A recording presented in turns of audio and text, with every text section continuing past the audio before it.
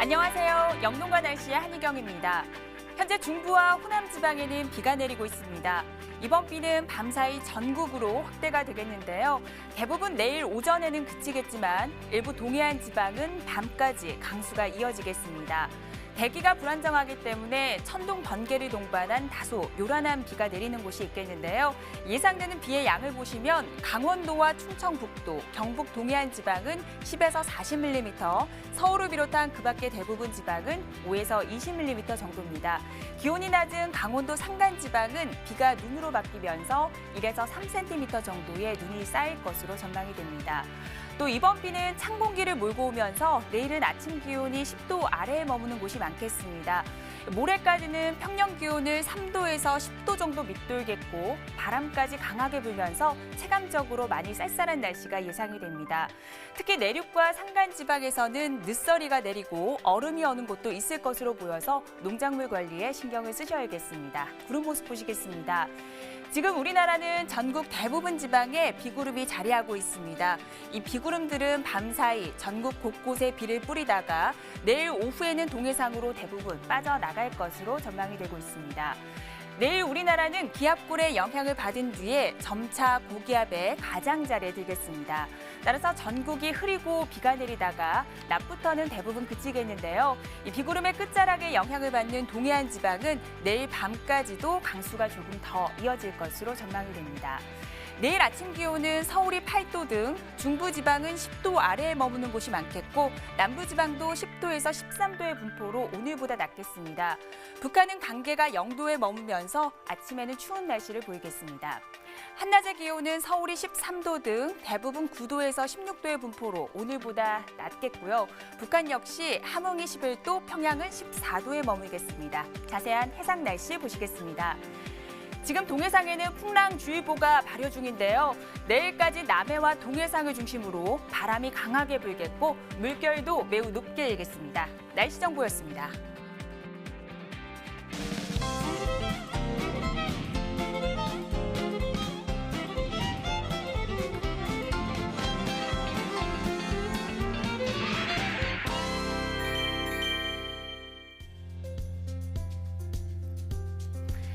날씨를 알면 농사가 보인다. 영농과 날씨 오늘은 기상청의 윤기한 통보관님과 함께 이야기 나눠보도록 하겠습니다. 안녕하세요. 네, 안녕하십니까. 기상청 윤기한 통보관입니다. 네, 오늘은 먼저 기상청 국민참여관측 홈페이지를 통해서 각 지역 주민들께서 직접 보내주신 오늘의 날씨 영상을 확인해 보도록 하겠습니다.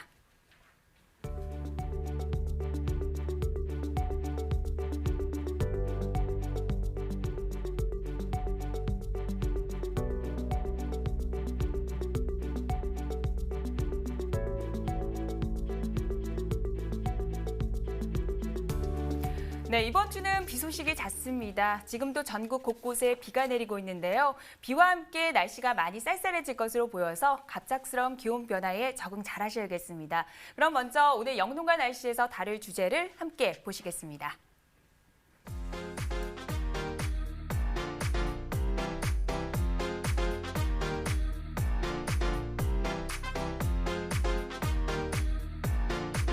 네, 통보관님, 이번 주는 하루 걸러서 비 소식인데요. 네. 이번 주 전반적인 기상 상황을 분석 좀 부탁드립니다.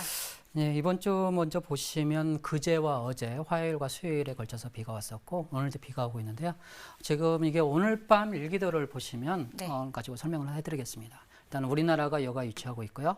우리나라 동쪽에 일제라고 써 있는 게 이 저기압인데 화요일과 수요일 날에 영향을 줬던 게 이 저기압입니다. 그리고 이 저기압은 남쪽에서 쭉 올라오면서 따뜻하고 좀 폭이 높죠. 그래서 전국적으로 비가 온 대신 기온은 떨어지지 않았고 이게 이제 오늘 사이에 해서 지나갔고 또 하나 우리나라 사이에 약하게 이렇게 보이는 게 있는데 이것이 이제 이거와는 다른 저기압입니다. 이 저기압은 북서쪽에서 내려온 약한 조그마한 저기압입니다. 그래서 이 저기압은 지금 이 저기압에 의해서 오늘 비가 내리고 있고 이게 내일까지 일부 지방은 동해안은 뭐 밤까지 내리는 영향이 있고요. 근데 이 저기압은 상대적으로 조그마한 대신 북서쪽에서 내려와서 차가워서 지금 내리는 비가 상당히 차가운 그 이유 같기도 합니다. 그리고 이 저기압의 북서쪽으로 보면 상당히 크게 넓게 위치하고 있고 이 가운데 위치라고 되어 있는 게 대륙 고기압입니다. 네. 이 대륙 고기압을 보면 상당히 저기압보다 크기 때문에 하루, 이틀, 한 3일 정도 우리나라에 영향을 줄 것으로. 그래서 금요일부터 내일 금요일 밤이나 아니면 토요일 날부터 해서 금요일 날 오후 또는 토요일 날, 일요일 날까지 영향을 줄 것으로 예상을 하고 있습니다. 그리고 저번 월요일 날 보면 기온이 한 30도 안팎까지 올랐었는데 이 저기압이 오기 전에 저기압의 위치가 우리나라 남서쪽에 있을 때 저기압의 후면을 따라서 따뜻한 공기 올라왔었고 그때 당시 우리나라의 동쪽에 조그마한 고기압이 있었는데 고기압에서 들어오는 동풍 그리고 남쪽에서 들어오는 따뜻한 바람 이게 합쳐지고 맑은 날씨를 보이면서 서쪽 지방으로 사는 30도 안팎을 보였는데 그 이후에 비가 오면서 기온은 평년 기온 됐다가 오늘 차가운 공기에서 기온 떨어지고 내일부터는 다시 이 고기압의 북서쪽에 있는 고기압의 영향을 받기 때문에 상당히 모레는 이 차가운 공기하고 맑은 날씨 그래서 복산행가까지 더해지면서 아침 기온은 0도 안팎까지 일부 내륙은 떨어질 것으로 예상을 하고 있습니다. 그래서 상당히 냉해 피해에 대해서 좀 주의를 기울이셔야 하고요. 토요일 날, 일요일 날은 낮 기온은 한 17도 안팎 아침 기온은 한 7, 8도. 그래서 보통 봄철 정도의 기온 그런 봄보를 보일 걸로 예상을 하고 있습니다. 네. 보통 대륙에 이렇게 기반을 둔 고기압이 확장을 할 때 처음에 바람이 먼저 강하게 불잖아요. 일단 내일 날씨가 이 바람이 강하게 부는 이 시점에 해당하기 때문에 체감적으로는 더 쌀쌀하게 느껴질 것 같습니다. 네, 일단은 겨울철에 바람이 센다고 할 때 이 선의 간격을 보고 선이 얼마만큼 많이 있느냐, 기압선이 있느냐에서 바람을 하는데요. 실질적으로 우리나라 부분은 조금 조밀하겠지만 네네. 겨울철처럼 강풍 불 때처럼 그렇게 조밀하지는 않습니다. 그래서 바람은 일시적으로 불지만은 피해 입을 정도는 않지만 네. 사람이 느낄 수 있는 정도의 바람이기 때문에 체감적으로는 기온이 떨어질 걸로 그렇게 예상을 하고 있습니다. 알겠습니다. 오늘 내리는 비는 뒤에 찬 공기를 몰고 오기 때문에 기온이 조금 떨어지면서 추워질 것으로 보이니까요. 아무쪼록 기온 변화에 적응을 잘 하셔야겠습니다. 또 이번 봄에는요. 미세먼지 때문에 조금 힘든 날은 많았지만 황사 때문에 크게 불편한 날은 없었던 것 같습니다. 기상청에서는 황사를 어떻게 전망하고 계십니까? 일단 통계적으로는 5월 상순이나 중순까지 보통 황사가 오는 게 일반적인 통계 값입니다. 근데 올해는 특별히 황사라고 불만한 날이 없었던 것입니다. 일단 황사 발생 일수 그래프로 먼저 보시면요. 1981년부터 2010년까지 30년 통계로 보시면 3월 달에는 1.8일, 4월 달에는 2.5일, 5월 달에는 1.1일을 보였는데 최근 한 10년간만 따로 묶어서 보면 네. 3월 달에는 2.1일, 4월 달에는 0.6일, 5월 달에는 1.7일이라서 4월 달에는 10년 통계가 확실히 적은 값을 보이는 반면에 5월 달은 점점 이렇게 조금 증가하는 증세를 보입니다. 그래서 5월 초순, 중순까지도 심한 사이가 요 근래는 많이 찾아오기 때문에 아직은 좀 주의를 기울이실 것으로 예상을 하고 있습니다. 근데 이제 황사를 보실 때 황사는 몽골이나 내몽골 지역에 우리나라 북서쪽에 있는 몽골이나 내몽골 지역에서 발생하는데 보통 기류를 타고 하면 한 1.5일 내지 이틀 정도밖에 소요가 안 됩니다. 근데 먼저 발생하는 것이 먼저 관측이 된 다음에 1.5일이나 이틀 걸리기 때문에 상당히 애보폭도 굉장히 짧죠. 먼저 발생하는 것이 확인된 다음에 애보를 하기 때문에 애보를 매번 이렇게 확인을 하셔야 합니다. 그리고 때때로는 우리나라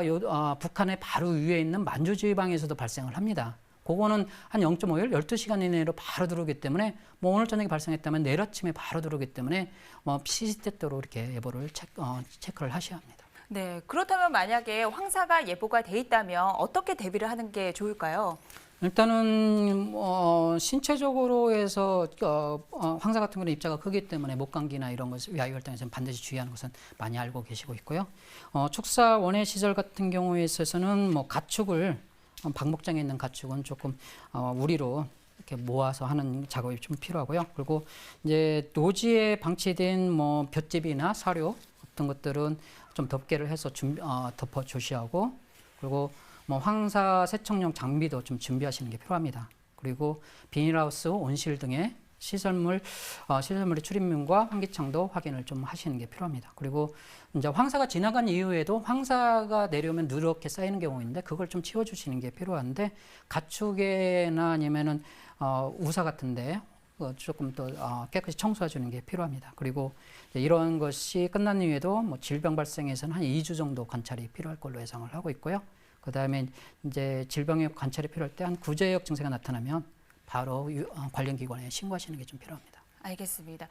네, 아직까지는 황사에 대한 대비가 필요한 상황이니까요. 농가에서는 이 점 꼭 기억하셔야겠습니다. 또 봄철에는 황사 못지않은 불청객이 있습니다. 바로 꽃가루인데요. 이 꽃가루 알레르기 때문에 정말 고통을 호소하시는 분들이 많습니다. 이런 분들을 위해서 기상청에서는 특별한 달력을 만들었다고 들었거든요. 네, 그렇습니다. 기상청에서는 일상생활을 지원하기 위해서 일단은 개화기는 4월에서 5월부터 꽃가루 알레르기를 겪는 분들을 위해서 활용할 수 있는 알레르기 유발 꽃가루 달력을 개발을 했습니다. 꽃가루는 우리나라 성인 17%, 청소년 37%가 앓고 있는 알레르기 비염의 주요 원인인데요. 알레르기 결막염과 천식을 유발시키는 원인이 되기도 합니다. 꽃가루는 수분 과정에 따라 바람에 의해 꽃가루가 날리는 풍매화 식물과 곤충이나 새를 매개로 꽃가루를 전달하는 충매화 식물, 그리고 조매화 식물들로 구분하는데요. 여기서 호흡기 알레르기와 결막염, 천식은 풍매화에서 발생한 꽃가루가 원인이 됩니다. 이에 기상청은 소나무, 오리나무, 자작나무 등 꽃가루 13종에 대해서 8개의 대도시별 농도와 시기를 함께 제공하고 있는데요. 이 꽃가루 달력은 기상청 국립과학원 누리집에서 제공되고 있으며 꽃가루와 꽃가루 알레르기, 꽃가루 채집과 검경법, 우리나라 알레르기 유발 식물, 그리고 오늘의 꽃가루에 대한 정보를 알려드리고 있습니다. 네, 현재 서울, 경기, 그리고 대전, 전주, 광주 등 8개 시도에서는 꽃가루 발생 시기를 확인할 수가 있는데요. 여기서 서울 지역의 달력을 한번 살펴보도록 하겠습니다. 지금 좌측에 보이는 것은 꽃가루 발생 식물이고요. 알레르기 유발성 정도가 표시되어 있는 상황입니다. 지금 4월에서 6월 사이를 보면은 참나무, 소나무, 밤나무의 알레르기 발생 가능성이 높은 상황입니다. 특히 이 중에서 참나무는요, 알레르기 유발 가능성이 매우 높은 만큼 더욱더 철저한 대비가 필요한 상황입니다. 다음은 지역별 꽃가루 농도를 자세하게 확인해 보도록 하겠습니다. 4월 26일 내일의 꽃가루 농도 위험지수입니다. 동해안 일부를 제외하고는 참나무에 대한 꽃가루 농도 위험지수가 보통에서 높음 단계가 예상이 되고 특히 성남시의 경우 꽃가루 농도가 매우 높을 것으로 전망이 되는 만큼 해당 지역의 주민들과 농가에서는 각별한 주의가 필요한 상황입니다. 네, 꽃가루 알레르기는 바람에 날리는 풍매화에서 발생하기 쉽기 때문에 비가 내리면 조금 잦아드는 편인데요. 그럼 이번에는 꽃가루 농도 지수가 매우 높은 단계인 성남시의 구미동, 양지동, 신촌동의 내일 날씨와 함께 주간 날씨까지 확인해 보도록 하겠습니다.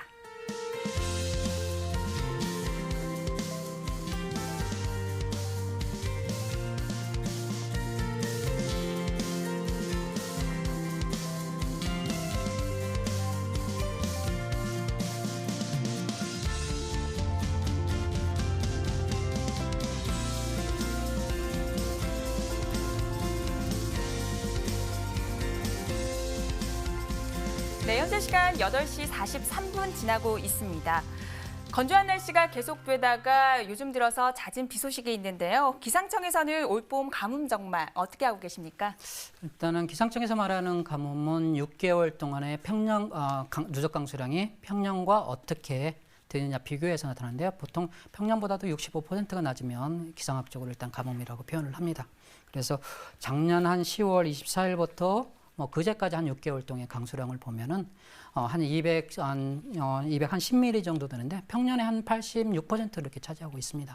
그래서 실질적으로 전국적으로는 아직 가뭄 형태는 아니지만 지역별로 보면은 제주도가 한 61%, 평년 강수량이 한 61% 정도.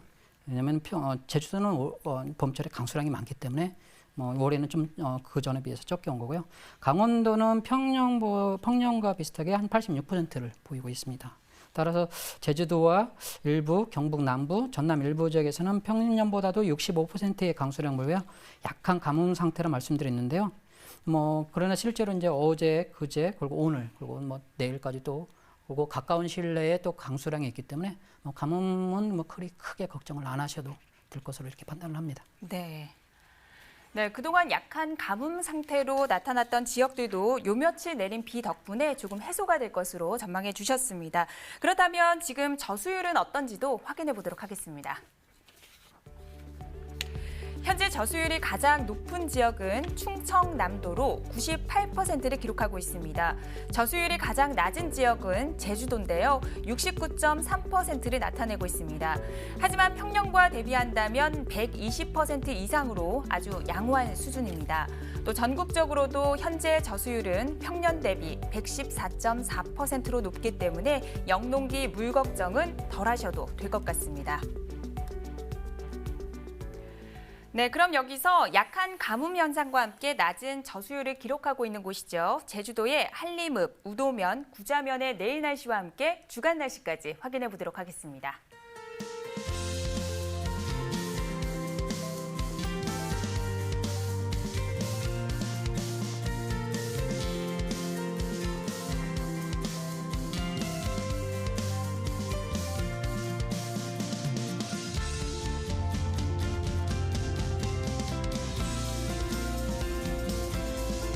네, 이번에는 병해충에 관한 이야기를 나눠보는 시간입니다. 오늘의 병해충 상담소 함께 만나보시죠.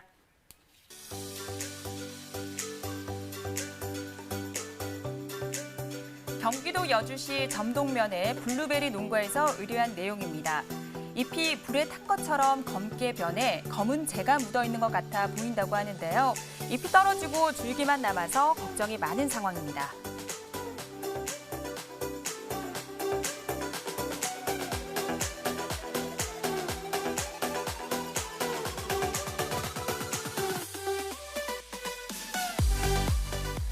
네, 진단 결과를 보니까 갈색 무늬병이라고 하는데요. 자세한 내용은 전화 연결로 알아보도록 하겠습니다. 경상남도 농업기술원의 한인영 연구사입니다. 안녕하세요.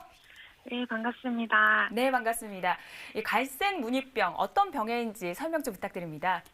네, 블루베리 갈색 무늬병은 페스탈로티오시스 클라비스포라이에 발생이 됩니다. 갈색 무늬병은 흰색의 솜털 같은 균사를 형성하며 분생 포자의 크기는 2.9에서 28 마이크로미터로 가운데가 검고 위아래는 색깔이 없는 세 개의 격벽을 가진 방충병원균입니다. 생육 조고는 20에서 30도이며 고온 다습한 조건에서 병반이 잘 형성되며 상처가 생기거나 수세가 약해지면 병 발생이 높아집니다. 감염 부위에서 분생 포자를 형성하며 몰동 후 봄부터 여름에 걸쳐 비가 오는 시기에 분생 포자를 형성하여 건전주로 전반됩니다. 네, 그렇다면 블루베리 갈색 무늬병 최근 발생 현황은 어떻습니까?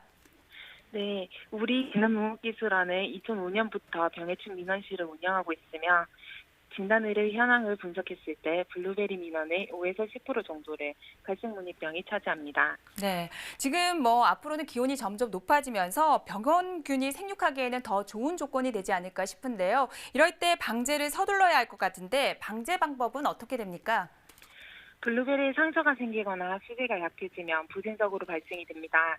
갈색 무늬병 증상은 노지와 온실의 가온에서 유방 관찰이 가능하며 발생 초기에 이프로디온 등과 같은 블루베리에 등록된 약들을 살포해야 합니다. 또 병든 가실이나 잎에서 월동하여 전반되므로 감염된 가실과 잎을 깨끗이 제거하여 전염원을 없애는 것이 피해를 경감하는 방법입니다. 네, 오늘 도움 말씀 감사드립니다. 네, 수고하세요. 네, 오늘은 올봄 황사와 가뭄에 대해서 전망해 봤는데요. 알짜 영농백서에서 오늘 방송 내용을 한 번 더 정리해 보도록 하겠습니다.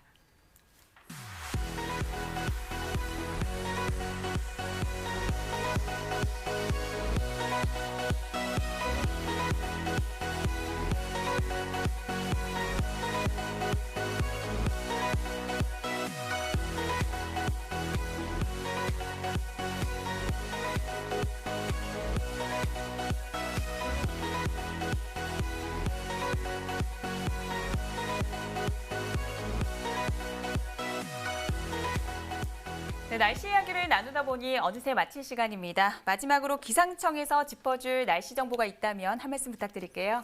예, 일단은 4월이나 5월 같은 경우는 이제 비가 오는 경우는 이렇게 아까 말씀한 것처럼 우리나라 주변에 작은 기압계에 의해서 비가 오는데 이 작은 기압계라고 하면은 일단은 비 오는 시기도 많이 달라질 수 있고 양도 상당히 차이가 납니다. 그리고 북쪽에서 왔냐 남쪽에서 왔냐라도 비 오는 비의 찬비냐 따뜻한 비냐 이유도 있고 비 온도의 기온도 큰 폭으로 달라집니다. 그러니까 일단은 어느 쪽에서 비가 오느냐를 한번 더 살펴보시고 비닐하우스 개폐도 비가 바로 그치면 비닐하우스들은 기온이 큰 폭으로 오르기 때문에 비닐하우스 개폐도 좀 상당히 신경을 쓰셔야 합니다.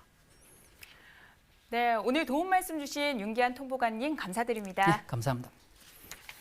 네, 지금 내리고 있는 비는 내일 오전까지 이어지겠는데요. 이번 비가 그치고 나면 기온이 크게 떨어지고 바람도 강하게 불면서 날씨가 많이 쌀쌀해지겠습니다. 농작물 관리에도 신경을 쓰셔야겠습니다. 저희는 내일 저녁 8시 30분에 찾아뵙겠습니다. 고맙습니다.